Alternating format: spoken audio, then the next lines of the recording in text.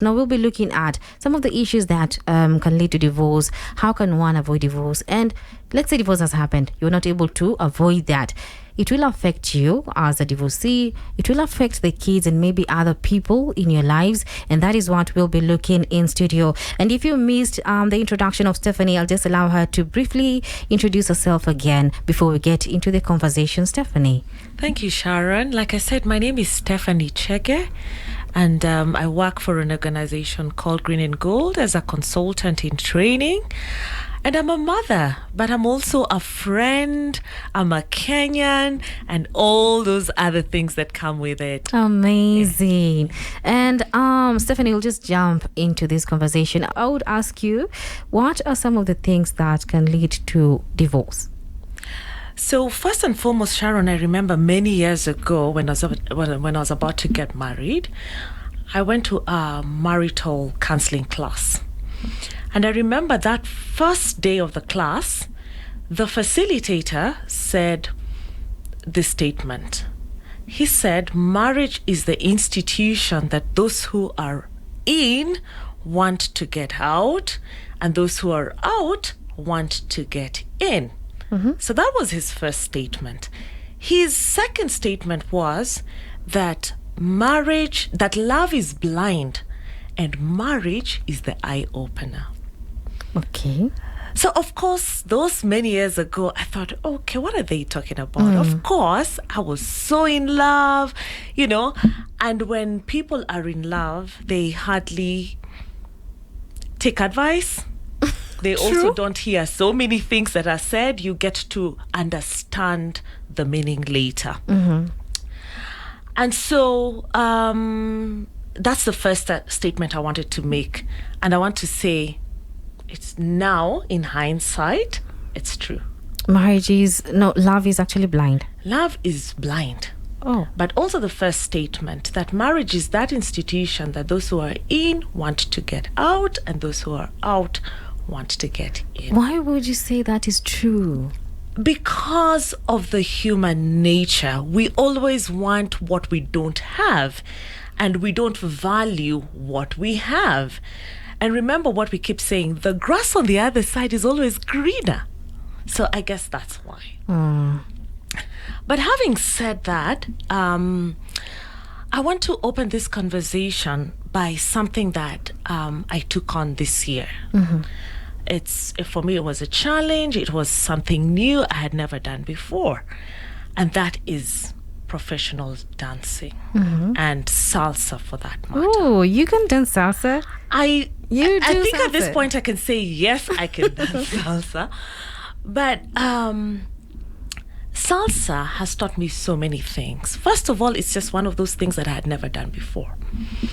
And so I get to class, and the first thing they tell us is we're going to do basics.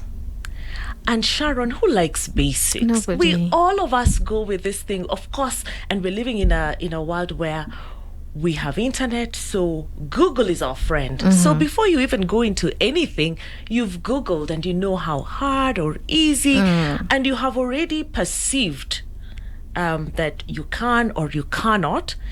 And so I went knowing I can, which is not necessarily a bad thing. I guess that's what they teach us about attitude.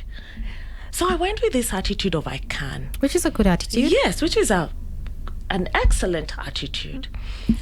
And so we get into basics. And the first thing they teach you is what they call a mambo. And it's about counting. It's a movement of front and back. And you have to count. And that's when you realize that you at times don't even know how to count. You also realize that that's when you discover that you thought you didn't have two left legs, but actually you do. You do? Because suddenly it's different. But why is it different? Because it's new and you're on the spot. But the other thing is about salsa is that it's about two people. And that is when, again, the statement, the Englishman says, it takes two to tango, began to make sense. And then my instructor would say to me, loosen up. What and does I'm that like, what mean? does that even mean? And because there are two. And one of them would say, Steph, you're so uptight. This is just about dancing. Have you danced before? And I go like, yeah, but this is different. And they say, relax. That's number one. Number two, they introduce the word that I loathe so much. What is that? And that's the word submission. Ooh. And I'll get to why I do not like that word. Not because it's a bad word, but I'm talking about Stephanie. So they began to introduce the word submission. And the minute they introduced that word, I was like, you know what? That's my cue to check out. So you stopped dancing? Sorry? Did you stop dancing? I did not. But in my mind, I was like, I'm done. I'm not coming back tomorrow because of that word.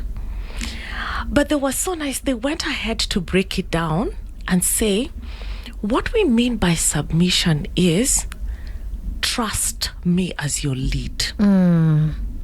Okay?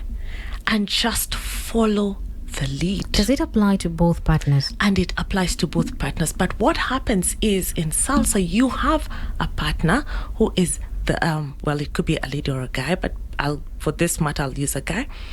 And he says, just follow my cue.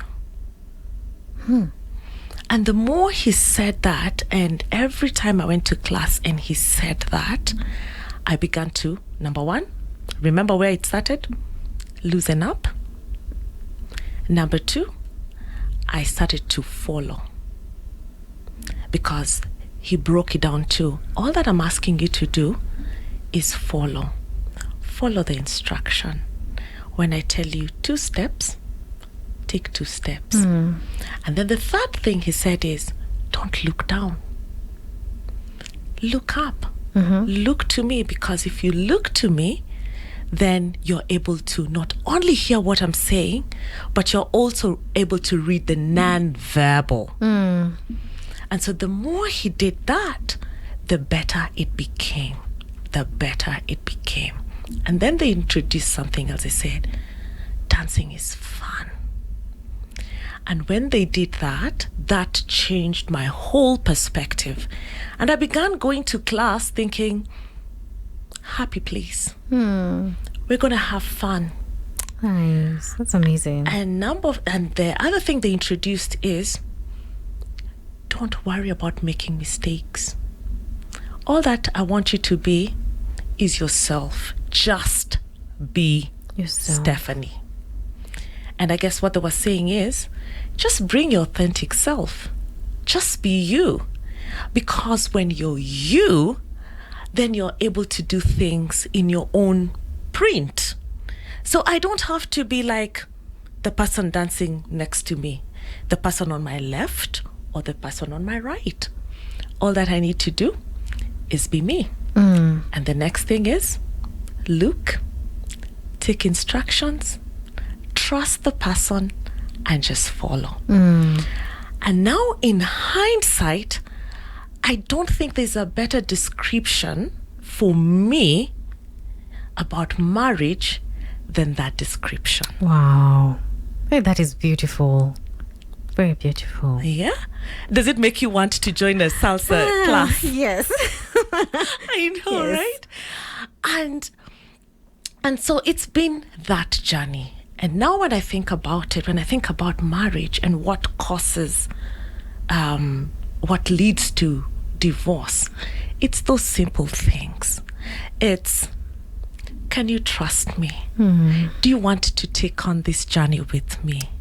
It's not going to be easy, but I'm calling you to come and let's do this thing together, just in our authentic self. You're tall, come as you are. You're short, it is you I've chosen. So let's do a dance. And I'm not going to look for your mistakes. No, I'm looking to have fun. The way. mistakes can happen, but we're going to correct as we enjoy this thing. Amazing. I just want to look at this person who's divorced, even before it happens, when it happens, and after that. Does it affect your normal life or your daily life as an individual? Of course, Sharon, I say anyone who's gone through divorce does not leave you the same. And I know people can think it's a cliche, but it isn't. It actually does not leave you the same. And I've had so many analogies, and people say, well, it's because if someone dies, then at least they're not there, they're gone. So the grief you deal with is about somebody you're not seeing. But in matters divorce, what you deal with is about somebody you're seeing, you communicate to, and if you have children, it's even worse, because then a lot of things change. Can I ask you a quick question? This is not affected by the period of the marriage. Let's say you divorced just months into, because I know of a couple that divorced months into the marriage. It's not affected by that. Maybe the longer you guys are married, and the divorce can be very hard on you as an individual. It doesn't affect you depending on the period you guys are married. So this is the misconception that if people have been married for a long time, you know that when people introduce themselves and they say we've been married 40 years, we've been married 25 years, the natural thing for us to do is clap, right? Yes. Because the misconception is that if people have been married for a long time, then it means that they were happily married. It's not necessarily so. Okay. So there are people who've been, and I'm not saying that if you've been married 20 years, 25, that it's not been happy. It is happy, but the misconception also is that it's a must that it's happy. And so whether you've been married a month, whether you've been married and then a month then divorce, or 20 years then divorce, 40 years then divorce, the pain is the same. And and I'll give an example. In 2014, my father was diagnosed of pancreatic cancer. Oh, I'm really sorry. And the doctors told us he had 3 months to live. We thank God he lived for a year. But in the doctors telling you that, you assume and believe that you're going to begin to accept, that person is going. But guess what? Even at the point that they died and we knew that was going to happen, it hurt like we never knew, if the doctors had never prepared us. It's the same thing with marriage. Whether you've been married 2 weeks, whether you've been married a month, 10 years, when separation and divorce happens, the pain is the same. And I've met people. I have a friend who told me, Stephanie, you're lucky. You got divorced and after you had children. At least you have something that you took out of the marriage. And she said, I don't have children. And you know what, Sharon? I always thought, oh my God, I wish this divorce happened before I had children. Because it's so hard with children. So do you see, it doesn't matter. For everyone, it's different. It's different for everyone. And the pain is different, but the pain is there for everyone. It doesn't matter the time. Yeah. Now, this is going to make me ask you, before it happens, is there one can get maybe guidance and counseling? Yeah, both parties have agreed it's happening for different reasons, and they are okay with that. Do you have people who guide you that even when it happens, then you can take care of yourself this way? There's now more than ever, I think there's a lot of help out here. There is. There's a lot before it happens. Before it happens, Oh. when it's happening, And after it happens, there's a lot of help. Because first of all, now more than ever, I think all of us know somebody who's going through divorce. If it's not them who are going through divorce, if it's not their child going through divorce. So now more than ever, it's not one of those things that was a secret, or people there's still a lot of embarrassment about it, but it doesn't have to be. First of all, it doesn't have to be. Especially for the Christians. And especially for the Christians. And before, nobody in the church used to talk about it. But now more than ever, there is help even in the church. We are raised to know that God hates divorce. Yeah. So now for us to change that notion, do you think we'll be able to change that? And why should we? I think it's true that God hates divorce. And my hypothesis, this is just a Stephanie thing. I say God hates divorce. But I also say, first of all, I think it's because of what children have to go through when divorce happens. But also, I say God hates it when I'm in a bad marriage. God hates it when I am not being productive in a marriage. God doesn't like it if we're not glorifying Him in the institution of marriage. Yes. Because remember, it is God who started marriage. Yes. And so marriage is that institution, and God gives us the opportunity to glorify Him through love for each other. And because of that love, then we bring forth life. That is not child's play. Yeah. Divorce can affect the parties involved. Maybe that is the husband and the wife, but it also affects other people. Let's say the kids. And I said, I don't know if I should say ex-in-laws or what, but I just want you to, maybe take us through how divorce can affect all these individuals. Okay. So you realize divorce affects all these people, and it's a big topic, and so we would not be able to exhaustively talk about it, but I'm just going to highlight a few things. First of all, about the couple, the man and woman who've separated or divorced for that matter. I mean, that whole process is, first of all, nobody wakes up. No, first of all, let me say, nobody gets married with divorce in mind. Nobody. And so when it happens, of course, it means there's a process that has led those two people to get there. But once it has happened, like I said, it doesn't leave you the same. So first of all, I don't want to talk about the man so much. I guess men would talk about themselves. Let me talk about the women, because then I'm one.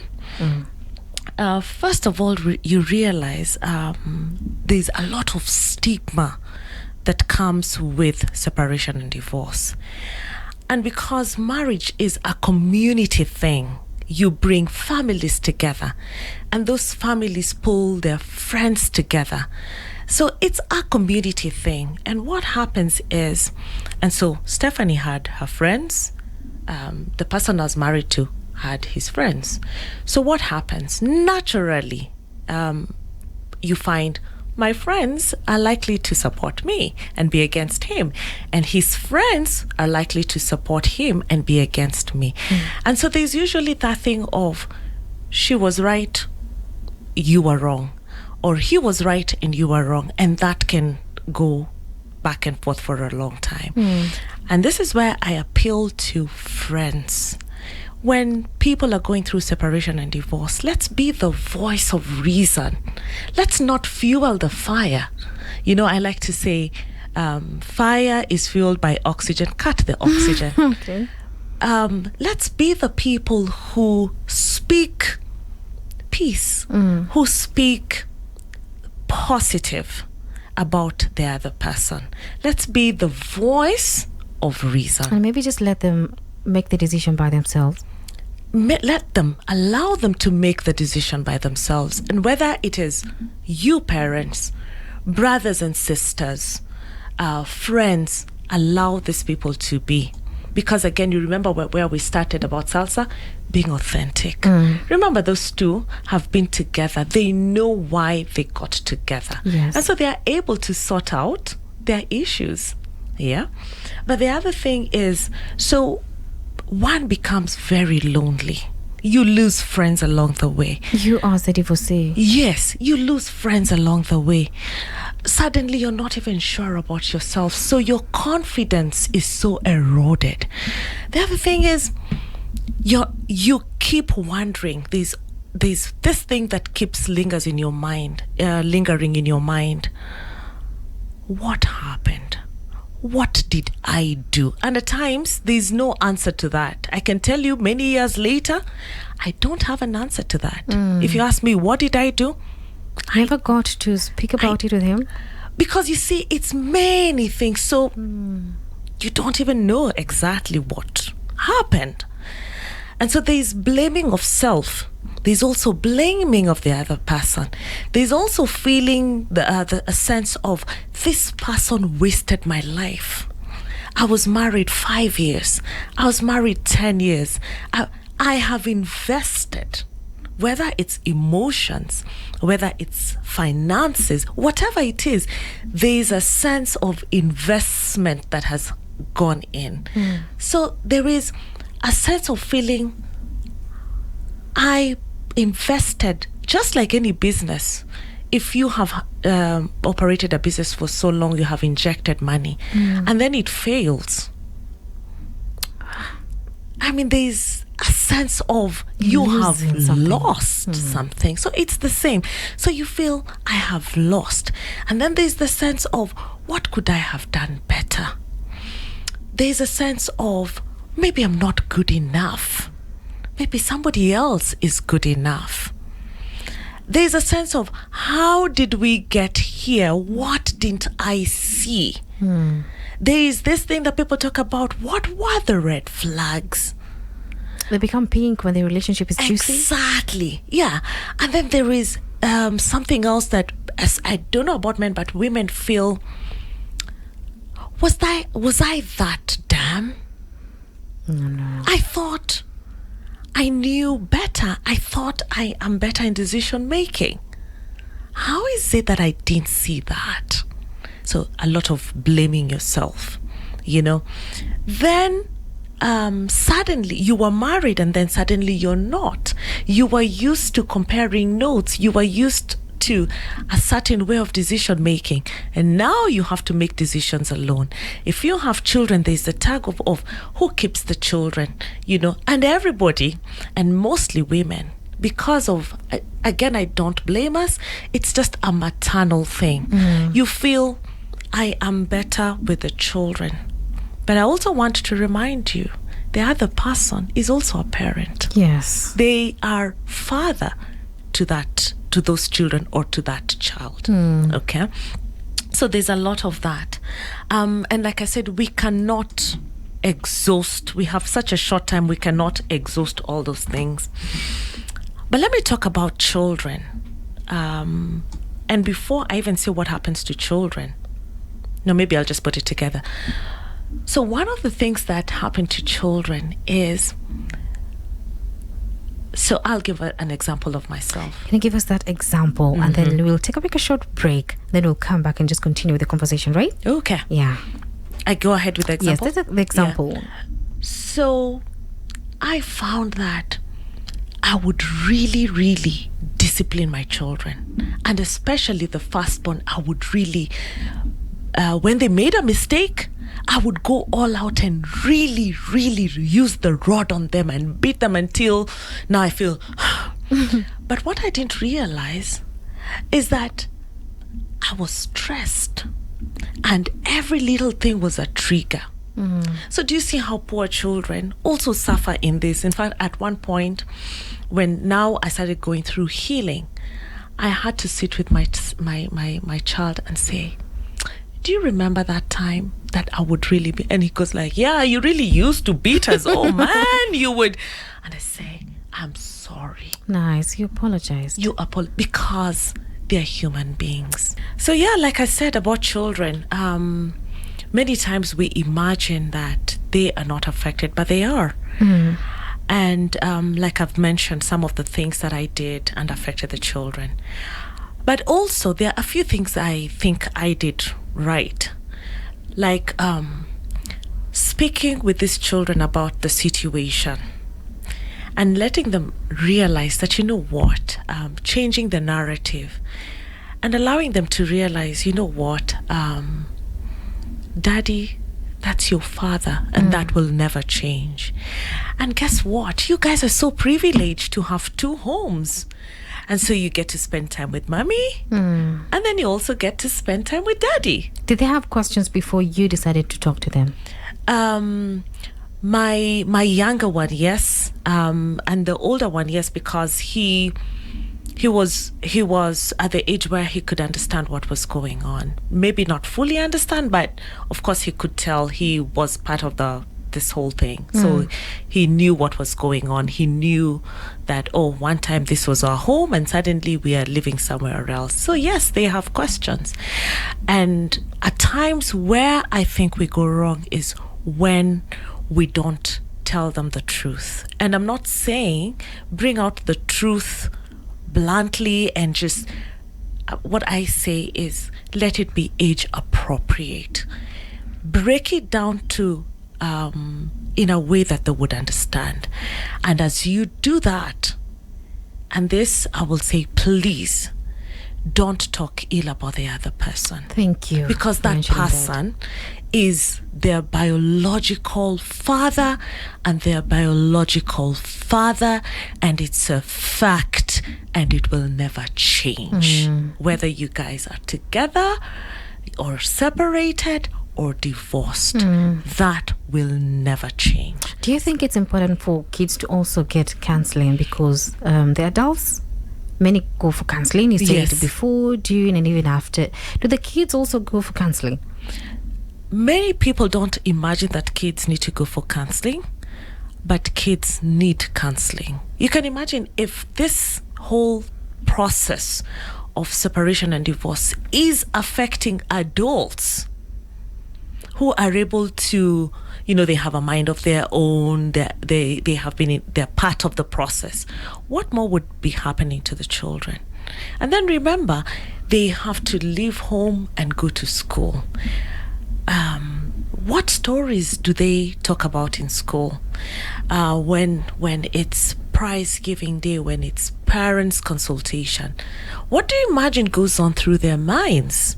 And so counseling is very important for those children, so that they're also able to accept the situation, accept who they are, and also realize that they are not the reason for the divorce. Yes. And I think that is very important. Thank you. Now, even as we conclude, I just want to give you this opportunity to just encourage someone, maybe give a parting shot, even as we conclude the interview. Yeah. So I want to say that marriage is a beautiful thing. Love is a beautiful thing. And my prayer for all of us is that even as we think about marriage, whether we are in marriage, about to get married, or for some of us who God is going to give another chance, because God is a God of 1,000,000 chances, I pray that we are able to take it and give it the value that it deserves. Put in the work. I mean, just like any organization, you hire correct, you put in the work. Why do we think that in marriage we'll just sit back and things will be okay? Things just don't operate in a vacuum. You have to put in the work. And then when you're So it doesn't go wrong, it starts wrong. So when you're courting, when people are dating, what are we talking about? It's very, very important. And then show up in your authentic self. The challenge now more than ever is that social media is teaching us, to prep ourselves and take pictures, and we all look good, and we buy the lie. We buy the lie, and we forget that even for us, when we want to be on social media, we want to take the best pictures. So we know the lie, and yet we buy the lie. Be authentic. Show up in your authentic self. And I'm going to say this, and these are the words from a poet. His name is Rumi. He says, out beyond the ideas of wrongdoing and right doing, there's a field.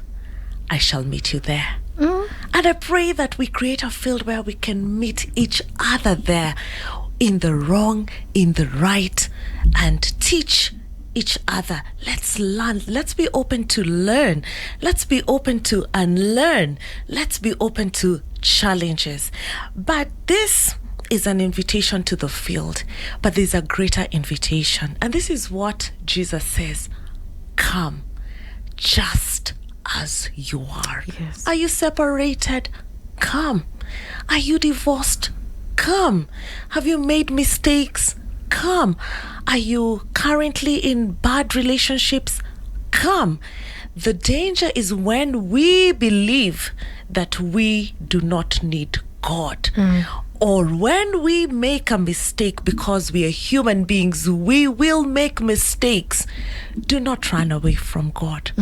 Run to God. His invitation is come just as you are, and that is in your authentic self. Amen. Before you leave the studio, there's someone who's asking, saying for me to ask you if they can marry a divorcee. My answer is yes, because a divorcee is a person. Yeah. So my answer is yes. And something else I want to add to it is that when people divorce, people become such enemies.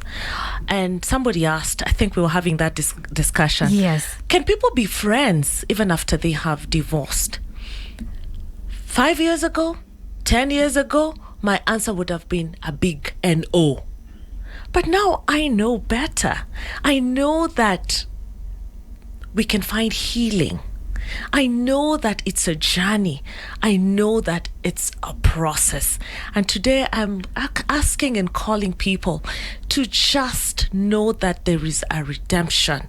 We don't have to be enemies. And we can talk. We can bring up children. Yeah. You said, I remember the conversation you told me, it doesn't have to be nasty. It doesn't have to be nasty. It doesn't have to be nasty. Nice. Yeah, Amazing. people can do it and do it well. And even as we go through the process of separation and divorce, for those who are going through it, I urge you, leave each other with dignity. Do not corrode the dignity of the other person. Amazing. Yeah. I don't think anyone would have said it better. Thank That you, is Sharon. so good. We are Pearl Radio.